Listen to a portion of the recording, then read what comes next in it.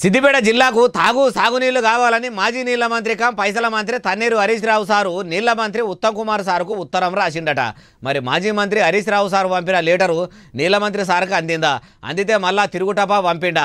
ఏదన్ని ముచ్చట్లు అరుచుకుందాం పారి. అయ్యా నీళ్ల మంత్రి ఉత్తమ్ కుమార్ గారు, మా సిద్దిపేట జిల్లా అంతగిరిలో ఉన్న అన్నపూర్ణ రిజర్వాయర్ అడగంటుతుంది. రంగనాయక సాగర్ల గంగరాలు తేలే కాడికి వస్తుంది.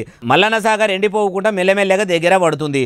కొండపోచమ్మ సాగర్ పురాగా ఎండిపోయే కాడికి వచ్చింది. మా ఏలుబడిలో ఉన్నప్పుడు ఎన్నడూ కూడా ఇట్లా ఎండిపోయేదాకా రాలేదు. నిరుడు ఇదే ఆగస్టు నెల అంతగిరి రిజర్వాయర్ల 3.32 టీఎంసీల నీళ్లు ఉంటే ఇప్పుడు 0.75 టీఎంసీలు ఉన్నాయి. రంగనాయక సాగర్లో అప్పుడు 2.38 టీఎంసీల నీళ్లు ఉంటే ఇప్పుడు 0.67 టీఎంసీలు ఉన్నాయి. మల్లన్న సాగర్లో మా పాలనలో 18 టీఎంసీలు ఉంటే ఇప్పుడు 8.5 టీఎంసీలు ఉన్నాయి. అంటే సగానికి సగం తక్కువైనాయి.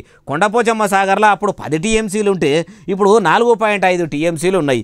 మార్పు మార్పు మార్పు అన్నారు. గోదావరి నీళ్లను మా జిల్లాకు మలపకపోవడేనా సారు మీరు తీసుకొస్తామన్న మార్పు అని లెటర్ రాయంగానే అయ్యో హరీష్ రావు గారు అట్లనా, మీరు అంత మంచిగా వివరించి చెప్పినాక మేం మీ జిల్లాకు నీళ్లు ఇవ్వకుండా ఊకుంటామా? జల్దిన్నే కాళేశ్వరం నీళ్లను కొలాయిస్తాము, అన్ని ప్రాజెక్టులు నింపుతామని ఉల్టా ఉత్తమ్ కుమార్ సారుల ఆఫీస్ నుంచి హరీష్ రావు సారు ఆఫీస్కు ఉత్తరం పంపిరట. ఈ ముచ్చట తెలిసినాక రైతులు ఊకుంటారా? ఎంత జల్దిన నీళ్లు పంపుతారో అని ఎదురు చూస్తున్నారట.